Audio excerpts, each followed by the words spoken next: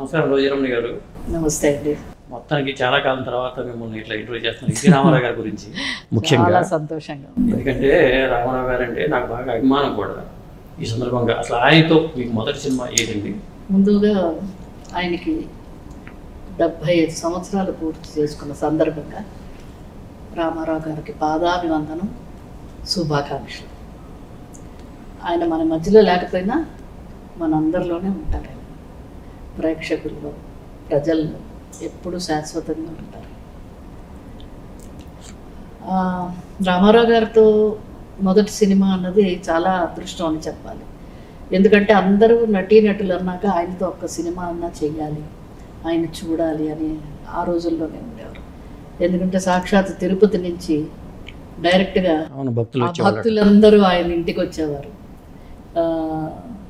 So అలాంటి ఆయన first picture నాకు ఆయన సొంత బ్యానర్లో ఆయనతో, ఆయన కూతురిగా, అది కాకుండా ఆయన డైరెక్షన్లో తాతమ్మ కళనే చిత్రం.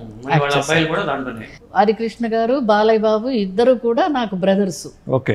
ఆ సినిమాలో వాళ్ళిద్దరికి ఫస్ట్ ఫిల్మ్. భానుమతి గారు, కాంచన గారు, పెద్ద కాస్టింగ్. సో ఆ చిత్రంలో నాకు నటించడమే కాకుండా ఆయన డైరెక్షన్లో చేసే అవకాశం దక్కింది. అది నేను ఎప్పటికీ మర్చిపోలేదు. ఎట్లా జరిగింది ఇది? మీ ఆప్షన్ ఎట్లా వచ్చింది అసలు అక్కడ? అప్పటికి నేను చాలా చేశాను. ఒకరోజు ఫోన్ వచ్చింది ఇంటికి, ఇలాగ రామారావు గారు ఆఫీస్ నుంచి వచ్చింది అని మా నాన్నగారికి చెప్పారు. పాపను తీసుకుని ఒకసారి రండి అన్నారు.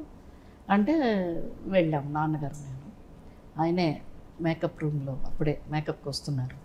వచ్చి, అమ్మా మంచి క్యారెక్టర్ అమ్మాయి, నువ్వు నా కూతురుగా యాక్ట్ చేస్తున్నావు, చాలా పిక్చర్ స్టోరీ బేస్ చేసి ఉంటుంది, నువ్వు తప్పకుండా చేస్తున్నావు అని చెప్పి వెంటనే ఒక కవర్ తీసుకొచ్చి అడ్వాన్స్ లాగా ఆయన చేత్తోనే ఇచ్చి, నాన్నగారు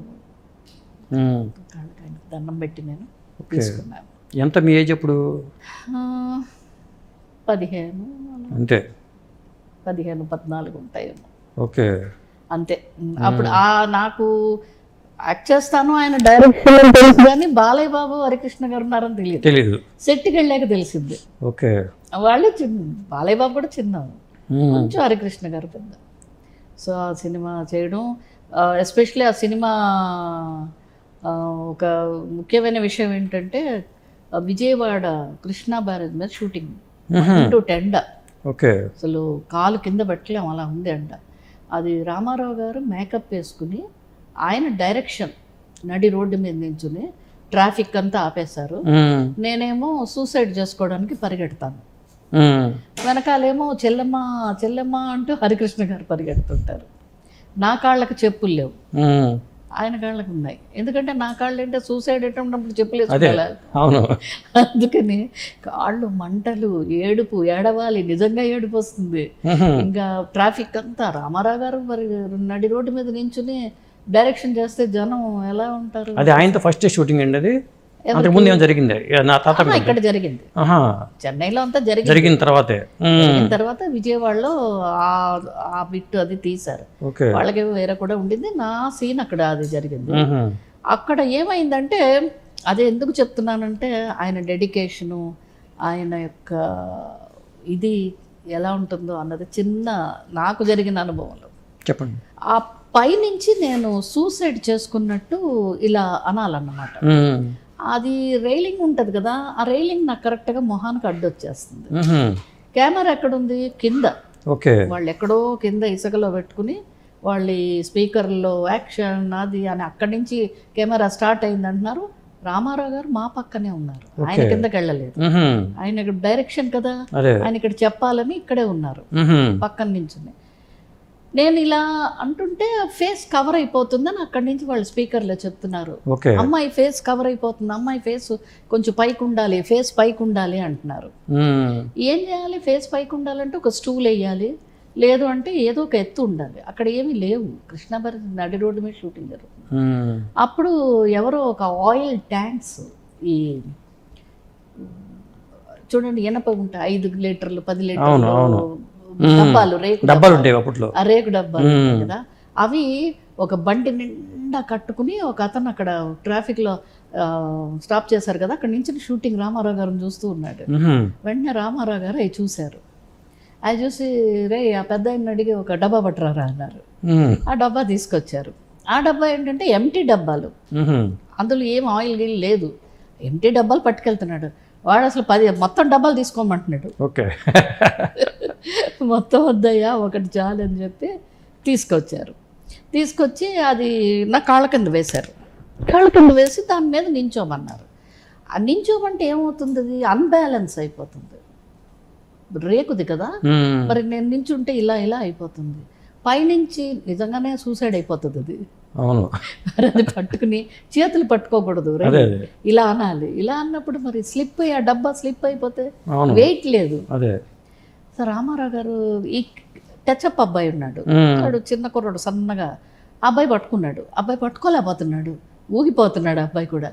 రామారావు గారికి ఏమో డౌట్ వచ్చిందో, వీడేమైనా పడేస్తాడో కదిపేసింది చెప్పి రే నువ్వు తక్కువ అన్నారు.